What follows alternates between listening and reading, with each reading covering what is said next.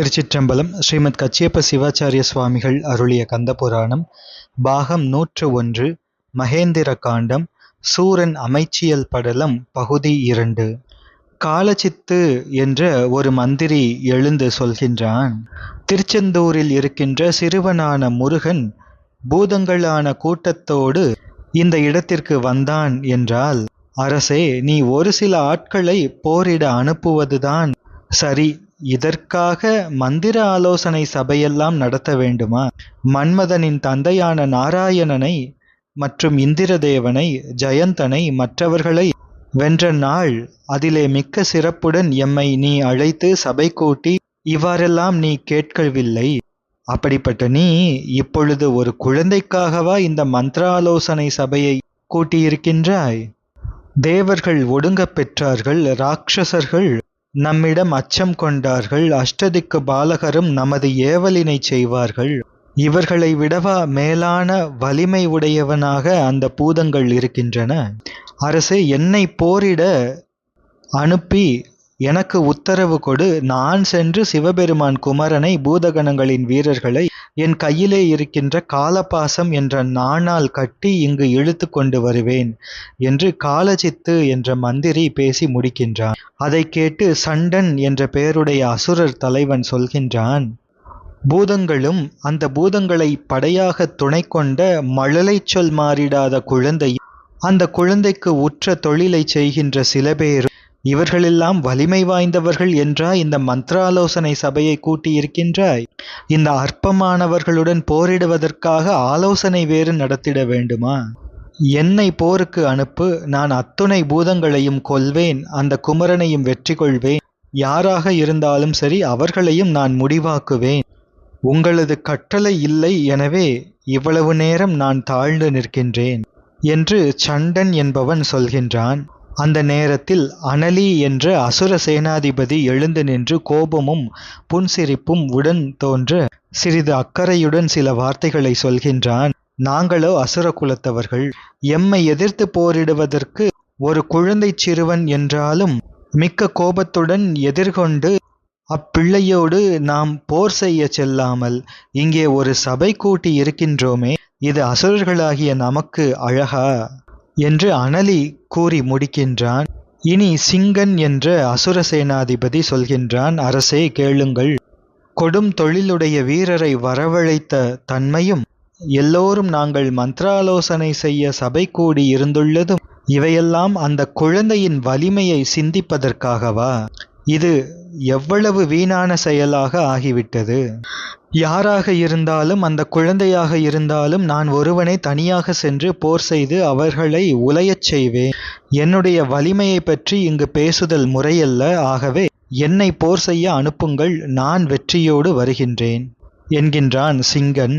இப்படி இவர்கள் எல்லோரும் பேச அப்பொழுது பானுகோபன் எழுந்து சொல்லத் தொடங்குகின்றான் சூரபத்மனை நோக்கி, தந்தையே கேட்பீராக.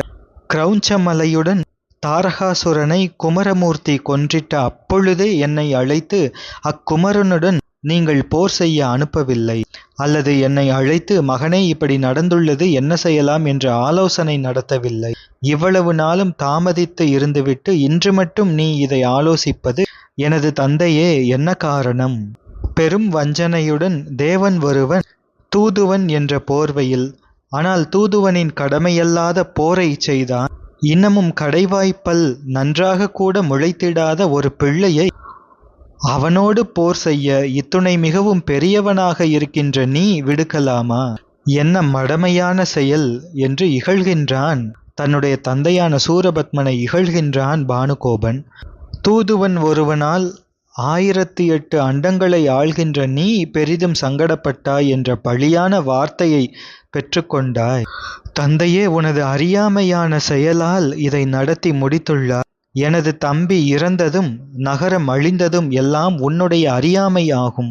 ஒரு பொருளல்லாத காரியத்தை பெரிய கருமம் போல எண்ணிக்கொண்டு பெரும் பயம் கொள்வதும், ஒவ்வொரு காரியங்களின் தாத்பரியத்தை அறிந்திடாமல் கண்டபடி அவசரப்பட்டு ஒரு செயலை செய்து வருத்தமடைந்து வாழ்தலும் ஒரு அறிவுடைய பெரியவனின் கடமையாகுமா? இது உண்மையில் பேயனுடைய செயலாகும். இது பேதத்தன்மையே ஆகும். எந்த காரியம் செய்திடும் போதும் முன் யோசனையுடன் நிதானமாக நடந்து கொள்ள வேண்டும். அப்படி இல்லாமல் கண்டபடி நடந்துவிட்டு ஐயோ இப்படி நேர்ந்ததே என்று பின்னர் கவலைப்படுவது பெரியவர்களின் செயல் அல்ல என்று பானுகோபன் தன் தந்தையை பார்த்து கேட்கின்றான். கிரௌஞ்ச மலையையும் இளைய தந்தையான தாரகனையும் அழிவுறும்படி கொன்றிட்ட அக்குமரமூர்த்தியின் மேன்மையையும் பூதங்கள் முதலியோரின் கூட்டத்தின் ஆற்றலையும் அந்த தூதுவனுடைய கெட்டித்தனங்களையும் நான் அன்று தெரிந்திருந்தால் உடனே சென்று அவர்களை எனது பாசத்தால் கட்டி வந்து உனது முன்னால் விடுத்திருப்பேன். அரசே, தந்தையே, நீர் 1008 அண்டங்களுக்கெல்லாம் தனி அரசனாகும் தலைமைப்பாடு உடைய முதல்வன். எனவே சிவபிரான் தந்த ஒரு குழந்தையுடன் போர் புரிய எண்ணி செல்வது பெருமை அல்ல. என்னை அந்த சிவகுமாரனோடு போர் செய்ய அனுப்பி வெற்றியினை அடைந்து கொண்டு இருப்பீராக எமது பெருமானே என்கின்றான் பானுகோபன். சிவகுமரன் இருக்கின்ற திருச்செந்தூருக்கு நான் சென்று போரிட இப்பொழுது என்னை அனுப்பினீர்கள் என்றால் அந்த கூட்டம் மொத்தமும் அழித்து தொலைத்து இமைப்பொழுதில் வெற்றி பெற்று வருவேன் என்கின்றான் பானுகோபன். இனி சூரபத்மனின் இரண்டாவது மகனான இரணியன் சூரபத்மனை நோக்கி பேசத் தொடங்குகின்றான். எல்லாவற்றிற்கும் மேன்மை உடைய சூரபத்மன் ஒரு குழந்தையின் போர் ஆற்றலை தாங்கிட முடியாது துயருற்றான் என்று இப்போது நீ எம்முடன் வருத்தத்துடன் பேசிய வார்த்தைகள் இவ்வுலகத்தில் உள்ளவர்கள் தெரிந்து கொண்டால் அது பகைவர்களெல்லாம் எள்ளி நகையாடுவதற்கு இடமாகும். எனவே இந்த மந்திராலோசனை சபை வேண்டாம், இப்பொழுதே கலைத்து விடுங்கள் என்கின்றான் இரணியன். அதனை அடுத்து இரணியனின் தம்பி அக்னிமுகன் அவனும் இதே போன்ற ஒரு கருத்தை சொல்கின்றான். இப்படி இவர்களெல்லாம் பேச அந்த வேளை சூரபத்மனின் தம்பியான 1000 தலைகள் கொண்ட சிங்கமுகாசுரன் எழுந்து அந்த அக்னிமுகனை சாந்தப்படுத்தி, மகனே கொஞ்சம் பொறு, பேசியது போதும் என்று தனது கையால் தடுத்து விலக்கிவிட்டு அந்த சிங்கமுகாசுரன் எல்லாவற்றையும் வகுத்து எடுத்து கூறுகின்றான். காரணம், காரியம், பயன், பெரும் பேறு இவை எல்லாவற்றையும் தனது பேச்சிலே இடம்பெற அப்படி சொல்கின்றான். சிங்கமுகாசுரன் சொல்ல தொடங்குகின்றான். அரசே, சூரபத்மனே, கேளுங்கள். இங்குள்ள மந்திரிமார்களும் சேனாதிபதிகளும் உனது பிள்ளைகளும் தமக்கு இயல்பாகும் வீரச் செயல் பற்றி இங்கு சொன்னார்களே அன்றி இந்திரபோகமான செல்வங்களுடன் வாழ்கின்ற நீ கெடாமல் இருப்பதற்கு ஏற்ற புத்திகளை ஒருவரும் சொல்லவில்லை. இவர்களெல்லாம் தங்களது வீரத்தை, பெருமையை எடுத்துச் சொன்னார்களே அன்றி மந்திராலோசனை சபையில் எடுத்து நாம் அலசி ஆராய வேண்டிய யுத்திகளை ஒருவருமே சொல்லவில்லை. இப்பொழுது நான் சொல்கின்ற இந்த வார்த்தையை கேளுங்கள் என்று சொல்ல ஆரம்பிக்கின்றான் சிங்கமுகாசுரன். முதலில் ஒருவன் பெற்ற பெரும் செல்வத்தால் விளைந்திடும் பெருமிதத்தில் தோன்றுகின்ற கொடிய கோபம் எந்த ஒரு கல்விமானுடைய நல் உணர்ச்சியையும் கடந்து மேற்கொண்டிடும். ஆதலால் அவ்வாறு கோபமுற்றவர்களின் மேல் அன்பு உடையவர்கள் அவர்களினுடைய கடமை என்ன என்றால் அவருக்கு அந்த கோபம் முற்றுவதற்கு முன் தகுந்தவற்றை எடுத்து கூறி கோபமுற்றவரை தெளிவுற வைத்தல் வேண்டும். கோபம் இயல்பிலேயே பொல்லாதது, அது கொண்டவரையே தீங்குறச் செய்யும். எனவே பெரும் திருவுடன் விளங்குகின்றவரிடத்து தோன்றிடும் கோபமோ மிக பொல்லாதது. ஏனென்றால் அது அவரையும் கெடுத்து அவரது செல்வத்தையும் கெடுக்கும். அப்படிப்பட்ட நிலையில் வரும் கோபத்தை எந்த ஒரு அறிவாளி இது தீது என உணர்ந்திருந்தாலும் அவன் அறிவை அந்த கோபம் மறைத்துவிடும், மூடிவிடும். எனவே அன்பு உடையவர்களினுடைய கடமை என்பது கோபம் உடையவர்களை தெளிய வைத்தலே ஆகும். அடுத்ததாக, ஒரு அரசனிடம் ஒரு மந்திரி தான் சொல்லப்போகும் வார்த்தை அரசன் காதில் நெருப்பால் சுட்டது போன்று இருந்தாலும் அரசனுக்கும் அனைவருக்கும் நல்ல நிலைமையை பின்னாலே தரக்கூடிய ஒரு நடுவான நீதியை சொல்பவன்தான் உண்மையான மந்திரியாவான். ஆனால் இங்கு உனது முன்பு பேசிய மந்திரிகள் உனது பகைவர் உனக்கு என்ன ஆக வேண்டும் என்று விரும்புகின்றாரோ அதையே நீ பெரும்படியாகவே சொல்லி இருக்கின்றனர். ஒரு காரியத்தை செய்திடும் பொழுது அந்த காரியத்தின் முடிவான வரலாறும் அது வந்துள்ளதற்கு மூலமான காரணமும் அந்த காரியத்தை சாதித்து முடித்தால் அவன் பயனாக விளைகின்ற பெறுகின்ற பேறுகளும் பிறவற்றையும் ஒருவர் சீர்தூக்கி அலசி ஆராய்ந்து பின்னர் பலவற்றையும் செய்தார் என்றால் அவரிடம் ஒரு தீங்காகிய குற்றம் ஒன்றும் வந்து சேராது. உணவின் மேல் ஆசை பெருகுகின்ற நிலையில் கடலில் ஓடும் மீன் தூண்டிலிலே செருகப்பட்ட உணவினை குறித்துச் சென்று அதனை கவ்விவிட, அந்த உணவின் உள்ளே மறைந்திருக்கின்ற தூண்டில் முள்ளில் அகப்படுவது போன்று நீயும் முன் பின் யோசனையில்லாமல் இப்பொழுது நீ கொண்ட மன வெப்பினை தீர்வதற்கு இந்த கருமத்தை செய்தால் என்ன நேரும் என பின்னால் வருவதை நீ சிந்திக்கின்றாயில்லை. அரசே, நன்கு கவனி. இந்திரன் முதலாகிய அரசர் தங்களையும் அந்தர உலகில் உள்ள தேவர்களையும் அலைவு செய்த தீயவரான எவருமே தாங்கள் முன்னே பெற்றுக்கொண்ட செல்வ வளங்களுடன் மாண்டு போனார் அல்லது அப்படி செய்தவர் ஒருவரேனும் உய்ந்தார்களா என்று நாம் கூற முடியுமா? நீ தேவர்கள் யாரையும் திரை கொண்ட சமுத்திரத்திடத்து வாழ்ந்திருக்கின்ற மீன்களையெல்லாம் விரைவுடன் பிடித்து வாருங்கள் என ஏவி அடிமை தொழில் செய்வித்தார். இது உனக்கு நல்ல செயலா? இந்த தேவர்கள் மேலாகிய வேத நெறியாகும் புண்ணிய நெறி நிற்பவர்கள். அவர்களை மீன்களை பிடித்து வரச் சொல்லி ஏவினார். ஒருவரை தனக்காக அவர் செய்யாத தொழிலை செய்யும்படி சொல்வது என்னவாக இருக்க முடியும்? அந்த வகையான செய்கையை தனது உயிரின் மேல் விருப்பம் இல்லாதவர்கள்தான் செய்வார்களே அன்றி வேறு யார் செய்வார்கள்? இந்திரனின் தலைமையை நீக்கினார். உனக்கு அவன் பணிவுடன் பல ஏவல் பணியினை செய்யவும், அப்படி இருந்தும் அவனது மனைவி மேல் நீ ஆசை கொண்டு அவனுடைய ஊரை விட்டு ஒளிந்து இருக்கும்படி செய்தாய். இது மட்டுமன்றி அவனுடைய செல்வ வளங்களை அந்த நகரையெல்லாம் எரித்து அழித்தாய். அங்கிருந்த தேவர்களையெல்லாம் சிறையில் அடைத்து வைத்தாய். அப்படி செய்ததால் இப்பொழுது இத்தகைய துயரம் நமக்கு வந்து சேர்ந்து கொண்டது. எனவேதான் நீ உண்மையான நிலை என்ன என்று உன்னால் சிந்திக்க முடியவில்லை, உணர முடியவில்லை. நமக்கு இப்பொழுது வந்த நிலைமைக்கு நாம் தான் பொறுப்பானவர்கள் என்பதை நினைக்காமல் ஒரு பைத்தியக்காரனை போன்று எதை செய்வது எப்படி செய்வது என்று தெரியாதபடி மயங்குகின்றாயே.